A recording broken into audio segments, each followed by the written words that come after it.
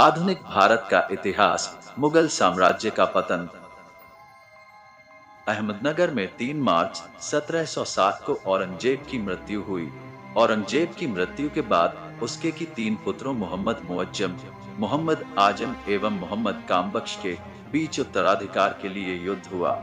मुअज्जम, जो उस समय अफगानिस्तान में था, उसने लाहौर के निकट बहादुर शाह के नाम से अपना राज्य अभिषेक कराया और जजाव के युद्ध में आजम तथा बीजापुर के युद्ध में कामबख्श को मार डाला और दिल्ली के तख्त पर बैठा। बहादुर शाह प्रथम 1707 से 12 ईस्वी।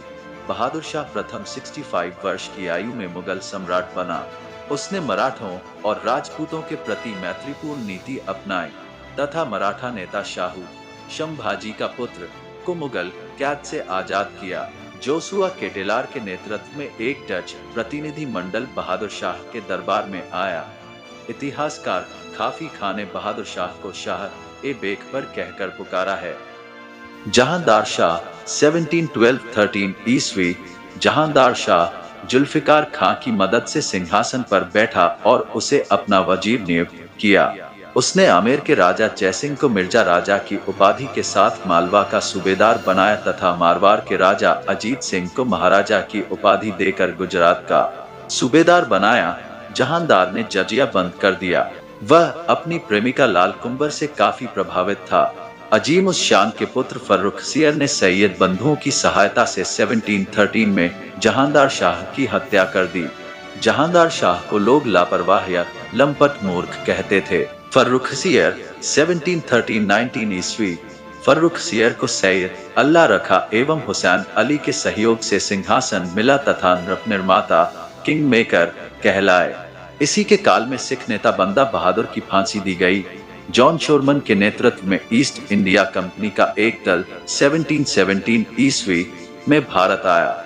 उसी दल में एक शल्य चिकित्सक हैमिल्टन भी था, जिसने बादशाह को स्वास्थ्य लाभ भी करवाया।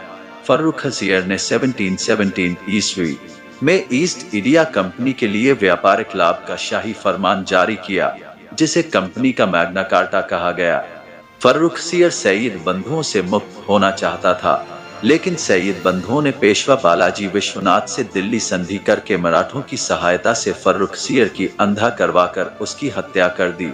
सैयद बंधुओं ने रफी-उद-दर्जात को मुगल बादशाह बनाया। ये सबसे कम समय तक 28 फरवरी से 4 जून 1719 ईस्वी शासन करने वाला मुगल बादशाह था। रफी-उद-दर्जात की मृत्यु के बाद रफीउद्दौला शाहजहां द्वितीय की उपाधि के साथ मुगल बादशाह बना, जिसका शासन 6 जून 1719 से 17 सितंबर 1719 तक रहा।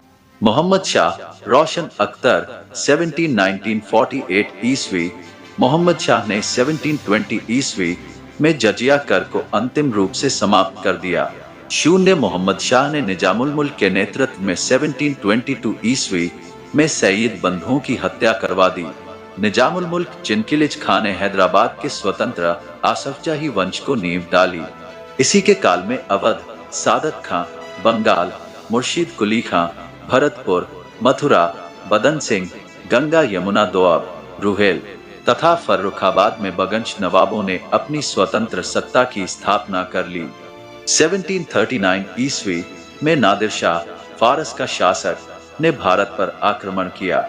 13 फरवरी 1739 को करनाल के युद्ध में नादिर शाह ने मोहम्मद शाह को पराजित किया। नादिर शाह अवध के नवाब सादत खां के उकसाने पर भारत आया था। जब उसने सादत खां से धन मांगा तो लाचार होकर सादत खां ने आत्महत्या कर ली। नादिर शाह के भारत पर आक्रमण का प्रमुख उद्देश्य धन लूटना था। वह अपने साथ तख्ते ताउस, मरयूर सिंहासन एवं कोहिनूर हीरा फारस ले गया। मोहम्मद शाह के विलासपूर्ण आचरण के कारण उसे रंगीला कहा गया। इसने कुल मिलाकर 7 बार भारत पर आक्रमण किया। आलमगीर द्वितीय 1754 से 59 ईस्वी वजीर इमाद की मदद से अहमद शाह को अपदस्थ कर जहांदार का पुत्र अजीजुद्दीन आलमगीर द्वितीय की उपाधि के साथ मुगल बादशाह बना। शाह आलम द्वितीय 1759-1806 ईस्वी। शाह आलम के काल में बक्सर का युद्ध 1764 ईस्वी हुआ, जिसमें अंग्रेजों ने हेक्टर मुनरो के नेतृत्व में मुगल सेना, अवध के नवाब शुजाउद्दौला की सेना और बंगाल के अपदस्थ नवाब मीर कासिम की संयुक्त सेनाओं को पराजित किया। इस पराजय के साथ शाह आलम द्वितीय को बंगाल के गवर्नर रॉबर्ट क्लाइव के साथ इलाहाबाद की संधि करनी पड़ी, जिसके तहत मुगल सम्राट 1765-72 ई तक अंग्रेजों के संरक्षण में इलाहाबाद में रहा। मराठा सरदार महादजी सिंधिया ने 1772 ई में एक बार फिर शाह आलम द्वितीय को राजधानी दिल्ली के मुगल सिंहासन पर बैठाया। शाह आलम द्वितीय के शासन काल में 1761 ईस्वी में पानीपत की तीसरी लड़ाई मराठा और अहमद शाह अब्दाली के बीच हुई। अकबर द्वितीय 1806 से 37 ईस्वी ये अंग्रेजों के संरक्षण में शासक बनने वाला हिंदुस्तान का प्रथम बादशाह था। उसने राममोहन राय को राजा की उपाधि प्रदान की। 1837 से 58 ईस्वी ये अंतिम मुगल बादशाह था। प्रसिद्ध शायर होने के कारण इसे जफर भी कहा गया। 1857 के विद्रोह में विद्रोहियों का साथ देने के कारण अंग्रेज सरकार ने उसे गिरफ्तार कर रंगून निर्वासित कर दिया, जहां 1862 ई में उसकी मृत्यु हो गई। तो दोस्तों, यह थी हमारी आधुनिक भारत का इतिहास का मुगल साम्राज्य का पतन। दोस्तों, अगर वीडियो पसंद आई वीडियो को लाइक कीजिए, शेयर कीजिए और चैनल को सब्सक्राइब करें।